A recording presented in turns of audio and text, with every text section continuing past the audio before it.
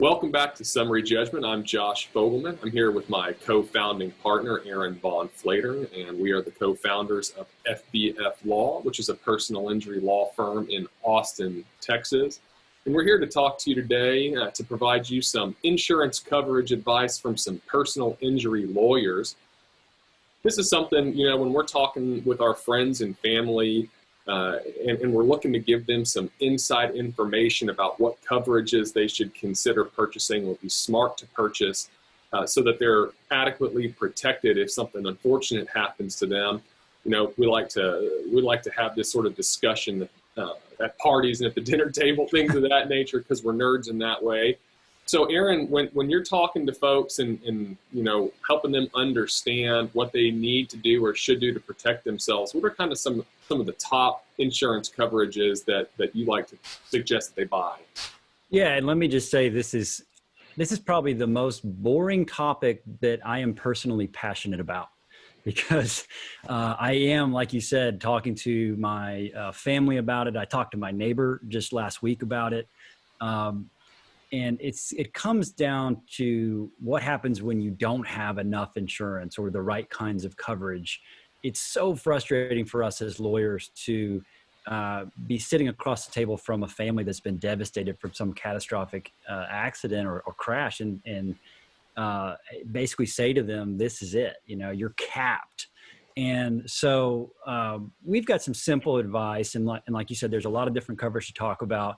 The ones that I think people should know about, first and foremost, if you get nothing out of it besides this, it's uninsured motorist coverage. We want you to get the maximum uninsured motorist coverage you can get. And Josh will have some time to explain kind of what that is later. There's another one called personal injury protection coverage. And by the way, we're talking about Texas law here, but you can find these coverages in a lot of states in some form of fashion. So those two are really key. Of course, there's the amount of your car, and people get concerned about their deductibles. We can talk about that. I've got tons of advice on that. It's not as germane to this topic.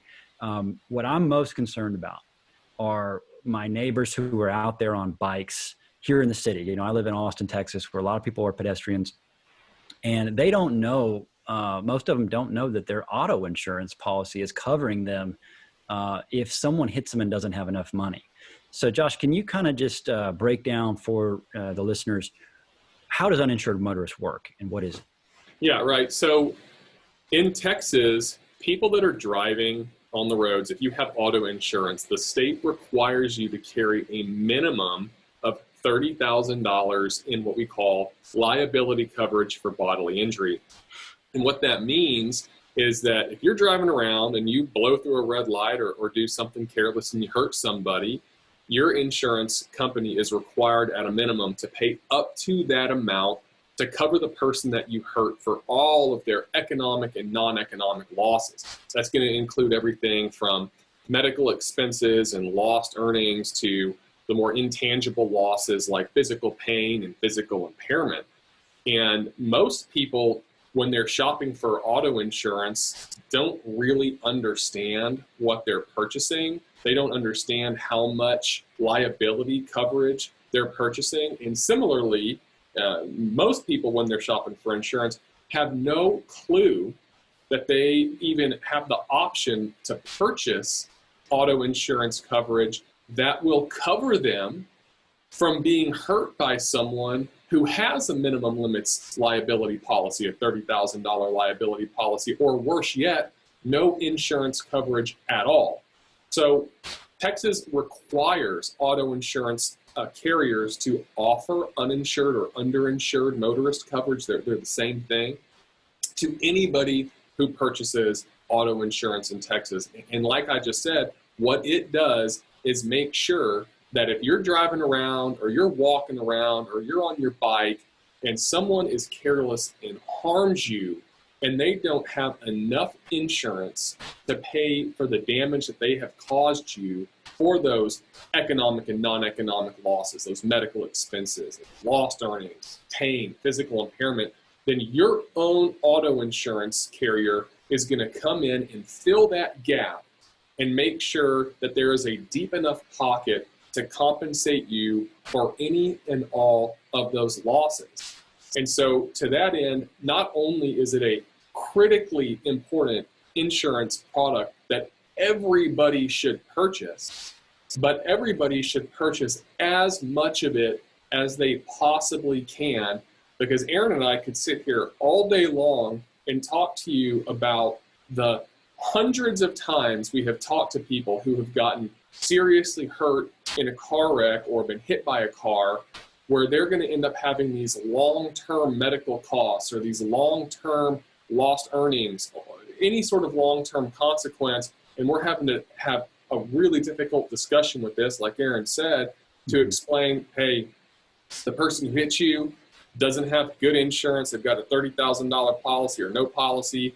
And unfortunately, while you did a good job of purchasing some uninsured, underinsured motorist coverage, you also only purchased the minimum amount. And so we're looking at a $60,000 best case recovery for you, when if you had just spent a few extra dollars each month, you could have purchased $500,000 or more in uninsured, underinsured motorist coverage that we could have then utilized to help offset some of those short and long-term losses. Yeah, I just want to pick up on that point you made at the end there.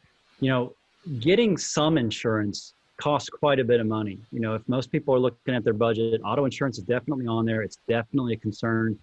So we're not minimizing how expensive auto insurance can be or how tight your budget can be. But one thing people don't realize is that once you have it, increasing it is not that expensive. You know, to go from a minimum policy to that $500,000 maxed out uninsured motorist policy may just be a few bucks per month. And when you're talking about someone who's riding their bike a lot, that can be really critical. You know, the cars are getting safer and safer. We keep hearing that they're implementing all these new standards. They've got new airbags inside, et cetera. They're also getting bigger, y'all. I mean, if you're on a bicycle, there's just no such thing as a small accident with a car anymore. You know, I mean, you're going to be in real bad shape if you have a major collision with a car and you're on a bike. So chances are, even if the person has $100,000 of coverage, they probably don't have enough to cover a full surgery if you need it, a brain bleed, you know, something serious like that. They're probably not going to have enough coverage for it. And one thing I want to point out too is we talk about uninsured motorists a lot because it comes up in our practice. And something that we don't really talk to our clients as much because we represent plaintiffs is the need to get as much liability insurance as you can afford. Josh, you and I had a case this past year in which someone was a quadriplegic and they were hit by a professional, you know, somebody who had a really good job, who had worked their whole lives and saved up some money, but not a ton of money. And they had an insurance policy that was, I would say decent, but compared to a quadriplegia case, it was just absolute peanuts. And so you can imagine how bad that person felt. You know, they didn't want to have ruined someone's life and not have anything to compensate them with besides this tiny policy compared to their injuries. And so that was one of those eye-opening experiences for me where I said, you know, it helps people to have these bigger limits. It helps defendants too. Defendants don't necessarily want to be the bad guy. You know, they want to be the person with enough insurance to cover the harms and losses that they created. That's why you buy insurance. So our only point here is buy enough of it. And Josh, I haven't talked about this personal injury protection coverage. I think it's a critical coverage that we ought to mention before we close out here. First of all, what is it and why is it and how much should people have? So personal injury protection is kind of a unique auto insurance product. And like uninsured, underinsured motorist coverage, Texas requires insurers to offer this product, but you can always reject it in writing, like UIM, like uninsured, underinsured motorist coverage policy. But personal injury protection, which we often call PIP, P-I-P, in sort of legal lingo when we're talking to our clients, is what we call a no-fault insurance coverage. So whereas liability coverage is what protects you if you cause an accident that harms somebody, and uninsured, underinsured motorist coverage is what we call a first-party insurance that only comes into play if somebody else hurts you and they don't have enough insurance to cover what they did wrong. PIP is unique in that if you are in a wreck and you get hurt, it doesn't matter who caused the crash. You could have fallen asleep at the wheel and run off the road and crashed into a tree. The fact that you were in a vehicle that's covered and you crashed the car and got hurt is sufficient to trigger that coverage. Now, it does come into play if someone else hurts you. It's also available, but it will also come into play if you were the one who caused the crash. The kind of the unique thing about PIP, aside from it being what we call this no-fault coverage, is they're oftentimes sold in somewhat small amounts. Generally speaking, auto insurance carriers will only offer them in $2,500 coverage amount or $5,000 or $10,000 coverage amount. And the purpose of PIP, it's not really there like your UM or UIM uninsured motorist coverage policy is there to take care of long-term medical costs and long-term lost earnings and physical pain, physical impairment. PIP is a very specific product that is there to help make sure that you get hurt and you start getting inundated with medical expenses, or if you can't work in the short term, you have quick access to what should be no questions asked money. Now, there's a similar product out there that's worth mentioning. It's called medical payments coverage. We call it MedPay, and it is also what we call a no-fault coverage. There is a little bit of a distinction between those two products.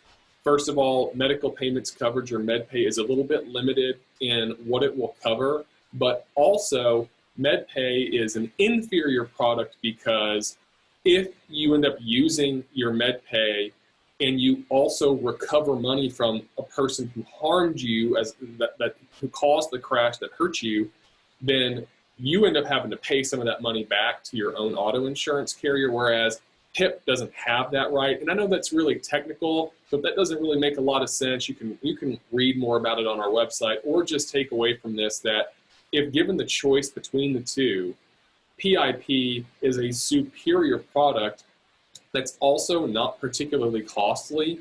And like uninsured, underinsured motorist coverage, we highly recommend that you buy as much of it as you can possibly afford.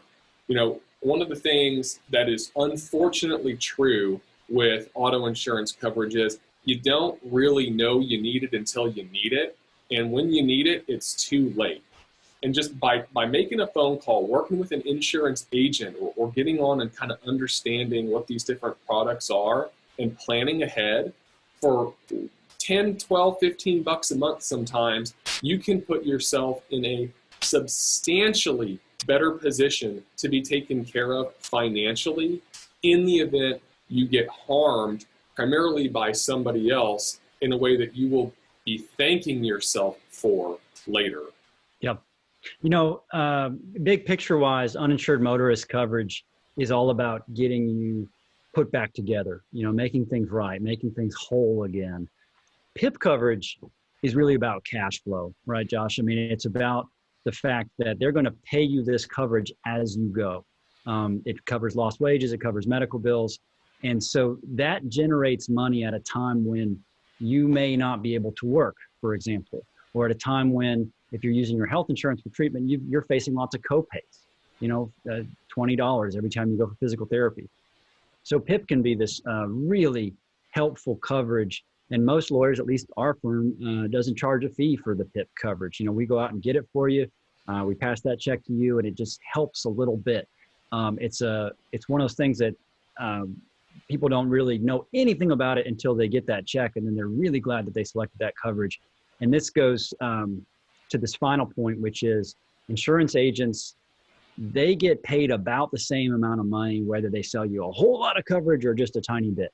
They get paid by the policy, usually their commission. So oftentimes you're going to get an agent on the phone who just really doesn't care about your circumstances. They're not asking you, are you a pedestrian on a bike, a lot of the time. And they're not asking you about some of your assets that you may be trying to protect. What they're trying to do is sell the policy. So if they ask you that question, well, do you just want the cheapest coverage, you know, available to you? It seems like a logical yes. You know, well, of course I want to save money. But take a minute and try to study this decision, because it's one of those that we all put on autopilot, but you pay insurance for your whole life. You know, we're talking about tens of thousands of dollars that you pay for this product whether you buy a lot or a little. And so take it seriously. And I hope this podcast has helped you with those decisions a little bit. Josh, it's been fun doing this with you. This has been another fun episode of Summary Judgment, even though we were talking about insurance.